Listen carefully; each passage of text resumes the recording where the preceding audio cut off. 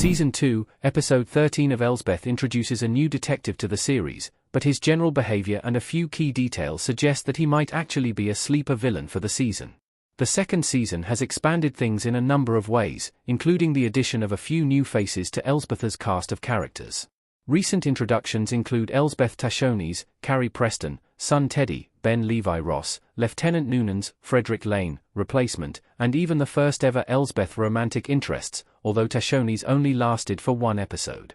The newest detective joins as Elsbeth and Officer Blonky, Cora Patterson, investigate a high-end escort named Chloe, Jordana Brewster, who's suspected of drugging one of her clients. Meanwhile, the subplot with Judge Crawford, Michael Emerson, is heating up as Captain Crushaw, Jen Colella, reopens the 13’s case at Wagner's, Wendell Pierce, request. However, she wants Wagner to do her a solid by taking on the same detective who bungled the 13’s case in the first place. And regardless of whether he sticks around for Elsbeth Season 3, he won't need that long to cause some serious turmoil. Elsbeth Season 2, Episode 13 debuts Detective Rivers. Wagner only takes him on as a favor to a fellow captain. Aside from the fact that he ruined the 13’s case by railroading the wrong suspect, not much is known about Detective Rivers, Braden de la Garza, before he makes his first appearance on the crime scene.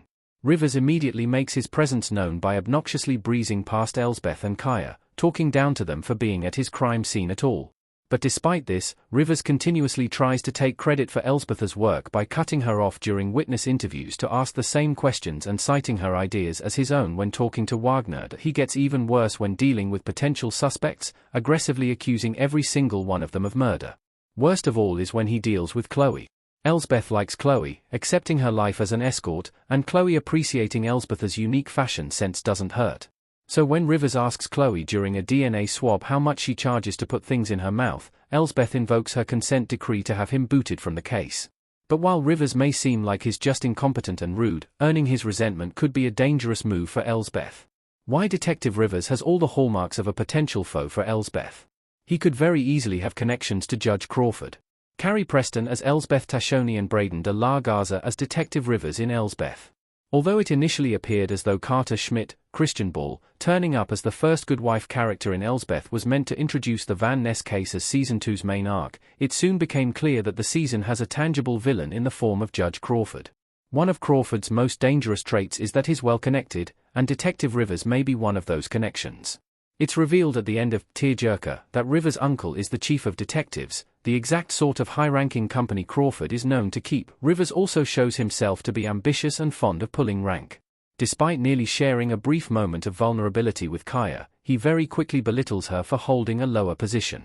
Rivers' resentment of Elsbeth is likely exacerbated by her lack of a badge, and working with someone as connected as Michael Emerson's Judge Crawford to derail Elsbeth's work could earn Rivers a promotion while getting Elsbeth's consent decree revoked if her cases go far enough south.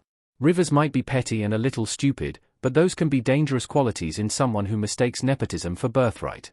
Detective Rivers' vulnerability hints he can still be an ally. He's obnoxious but also genuinely wants approval.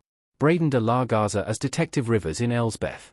As obnoxious and potentially conniving as he may be, Detective Rivers does have two moments of vulnerability in Tearjerker. The first is when Wagner tells Rivers that his behavior has earned him a reprimand and mandatory counseling.